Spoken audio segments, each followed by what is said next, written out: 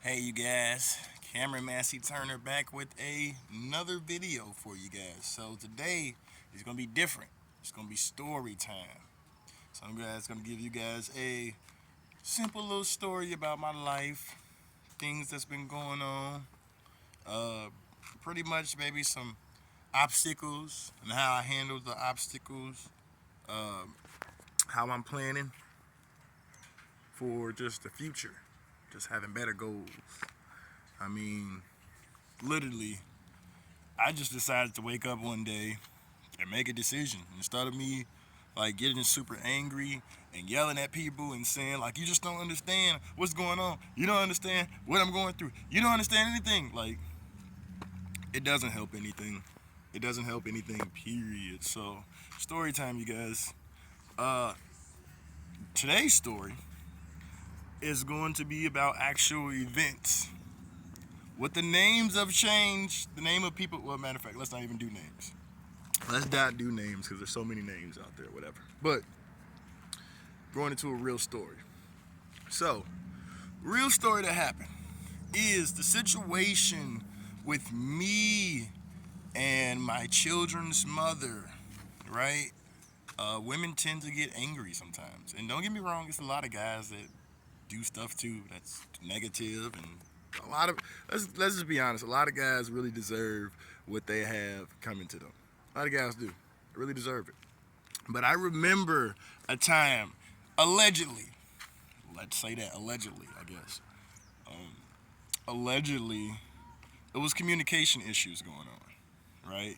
And the communication issues would be, when to pick up my daughter and my son from school, dropping them off, things like that. It'd be communication errors. And you guys might be like, well, what's so hard about a communication error? Well, if you call, the lady that you had a child by, and she's like, hey, uh, when are you coming to take your daughter to school? And then you're like, I'll be there in about 10 minutes. And you drove all the way from Gary, Indiana, which is like technically 45 minutes, but the way we drive is like 35. So you drive all the way there. You get to her house, take her to school on time, and find out that she's not there. You find out she's not there because the mother of your child decided to go ahead and take her. And that's fine. But she never let you know this information.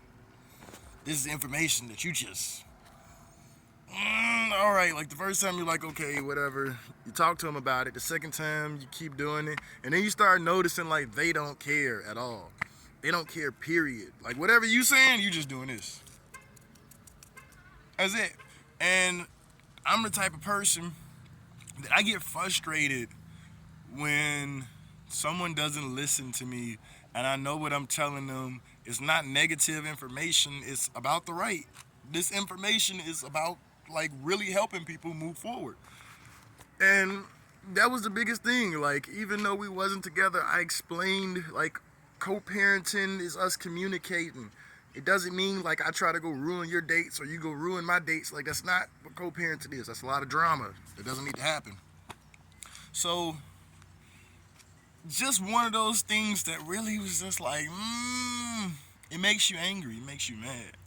And what this would do, it would actually start really affecting me because it would affect me, number one, because I'm angry about something that I knew could have been resolved. Number two, I have to go into a situation of marketing to people I've never marketed to, talking to people I've never met before a day in my single life, meeting them for the first time, which I love doing that, but also not taking out any anger on these people because of what happened in the background, right? And when I was working a job, this would like literally, it would tick me off. It would make me feel like that, like, super angry. So I realized this, like, you don't have to even show your anger. Like, you don't have to keep it bottled up. That's not something I'm telling you to do. Because if you keep it bottled up, it's going to explode.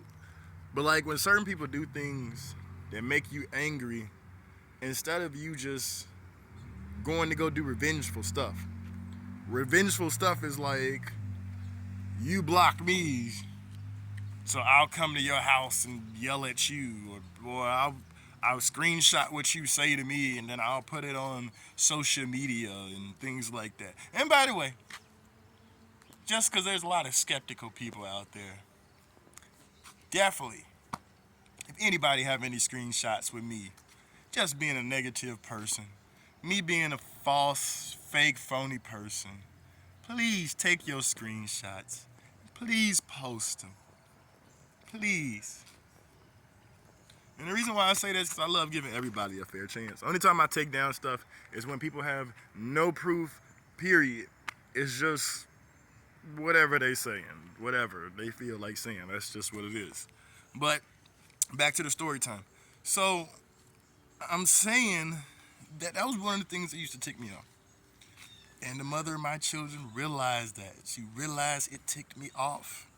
Another thing she did was, I'm going to say, to me, I love saying it like this. If you're with your man just because he has money, that's not the only reason you should be with him, and that really shouldn't even be the reason you're with him. But I'm saying this because, of course, you want somebody that's a provider. Of course, you want somebody that's going to move forward, that's making a good amount of income, right?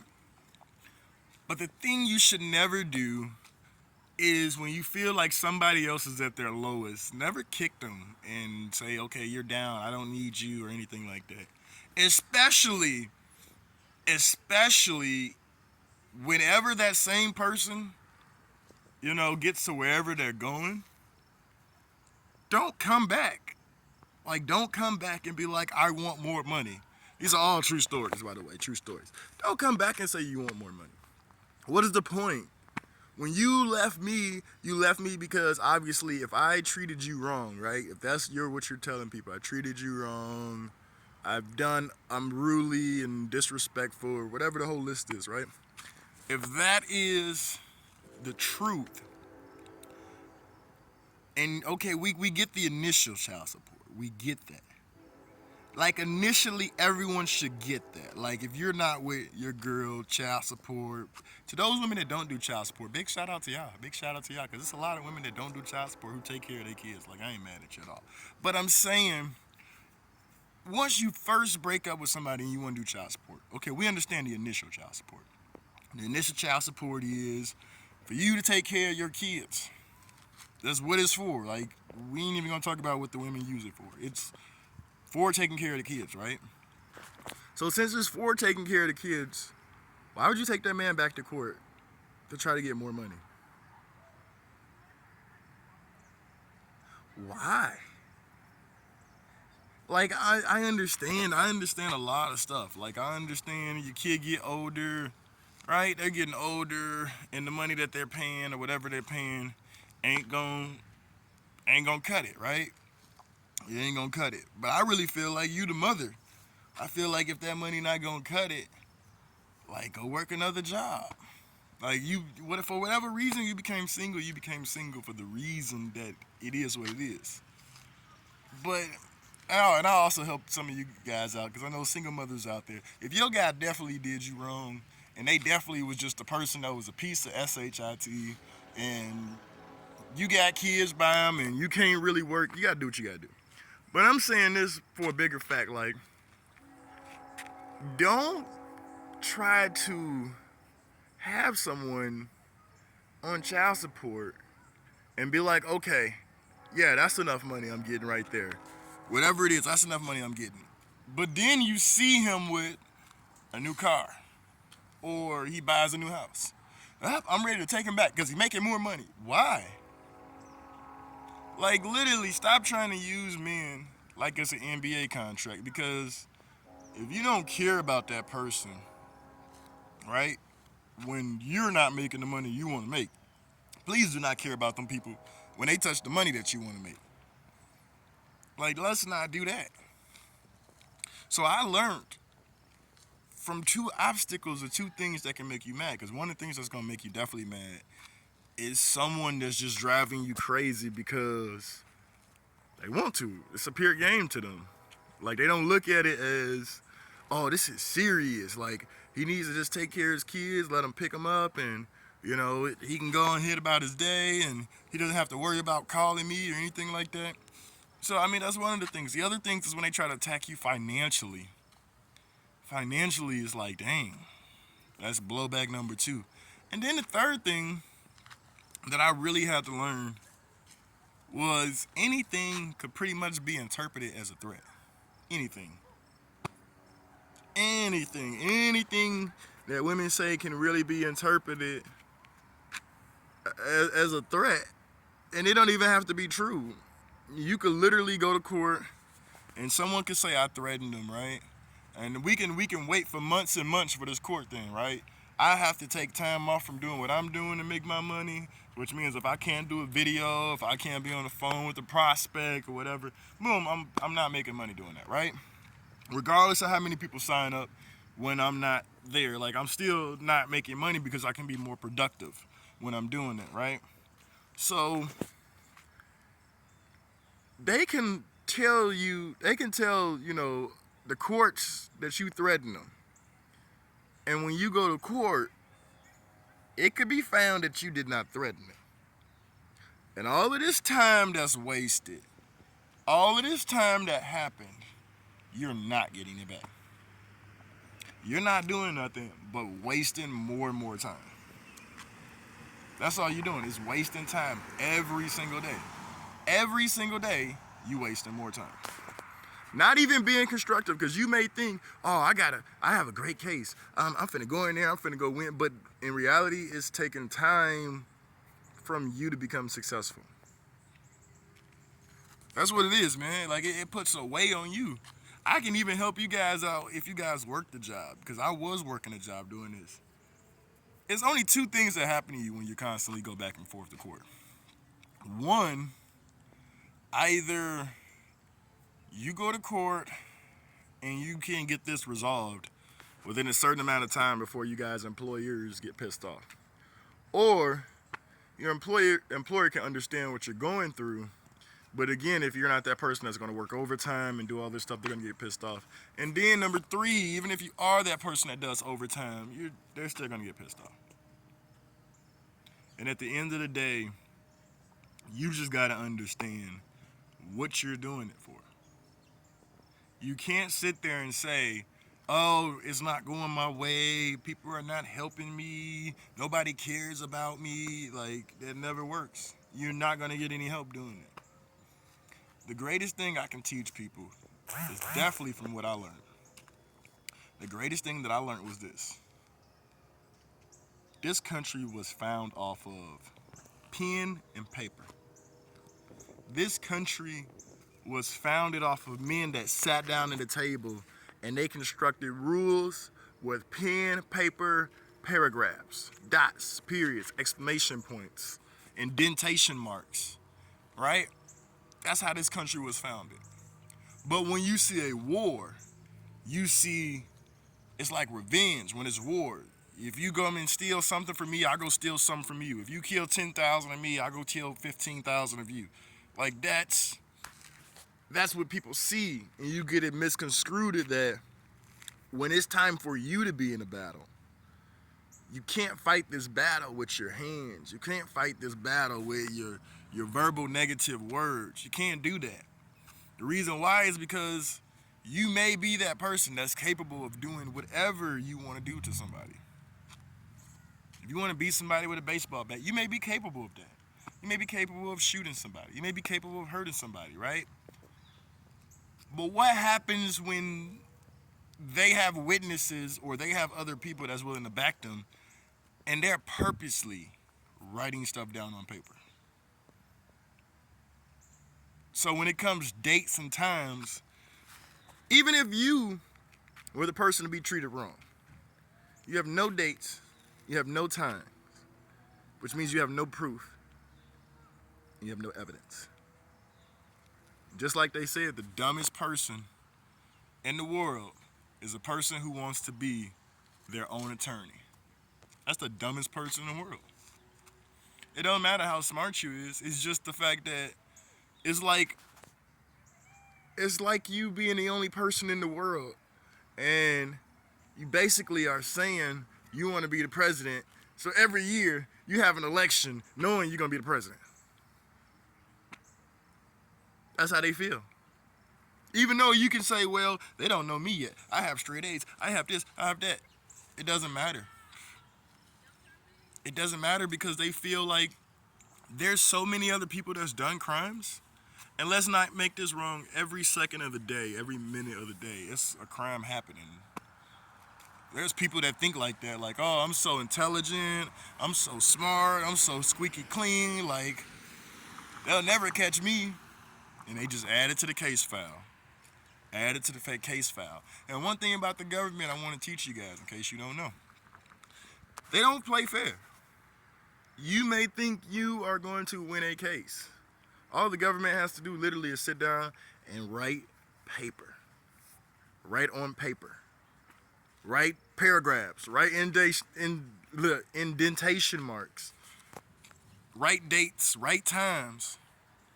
That will hurt you more than anything else in life. I'm telling you guys. You have to learn that when obstacles come your way in life and people treat you wrong, you can't just go back to doing whatever you want to do. And me, like I said, I'm a heavy base Bible person, a heavy base Bible believer. That's one of the reasons why I'm actually a single parent. Because the person who I chose to have children with, we began to go to church together, but one person slipped away. And, it's an unfortunate situation. But I've moved past it.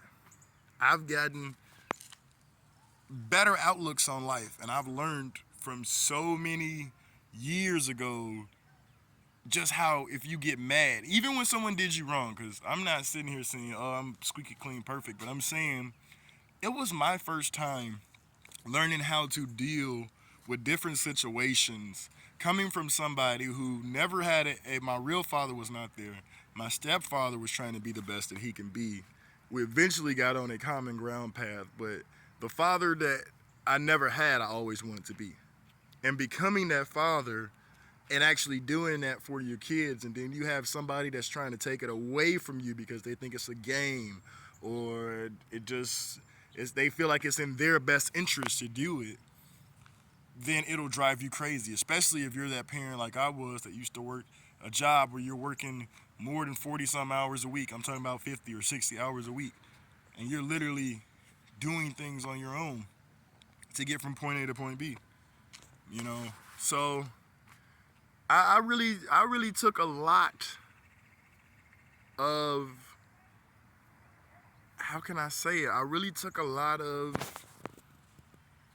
learning lessons. I really took a lot of notes because it started with them doing something negative to me, right?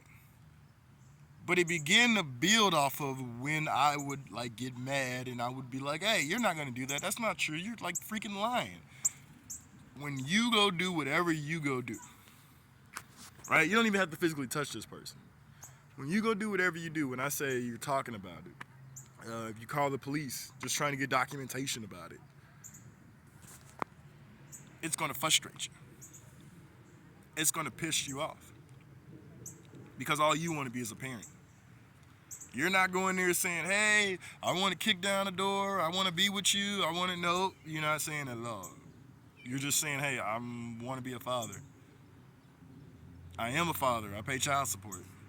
But because of someone that wants to put you through an obstacle, because this person wants to make you mad, right? They know this information about you not having your father around. They witness who was the parents to you. They understand who all these people is. So it's not a mistake, but it's just that much. It shows that much more of how somebody doesn't understand who God is, right? And for me to get angry and for me to go back and say, oh, well, this needs to happen and that needs to happen and I'm going to go do this and going to go do that. I learned a very, very valuable lesson. Since I said I'm a Bible reading based person, I believe in God. Paul told the church of Corinth that you guys want to fight in the flesh, right? We warred in the spirit. I believe in God making your enemy your footstool. But I didn't see it happen so many times that when he makes your enemy your footstool, you kind of want him to back up and let up. Right? So what do I do when obstacles come my way? When things happen in my life that I have no control over, but it actually stresses me out? I pray. I literally pray because I understand that God is the one that watches over me. God is the one that literally gets me up every single day and directs my path. So I'm never going to sit there and get angry like I used to when I was younger.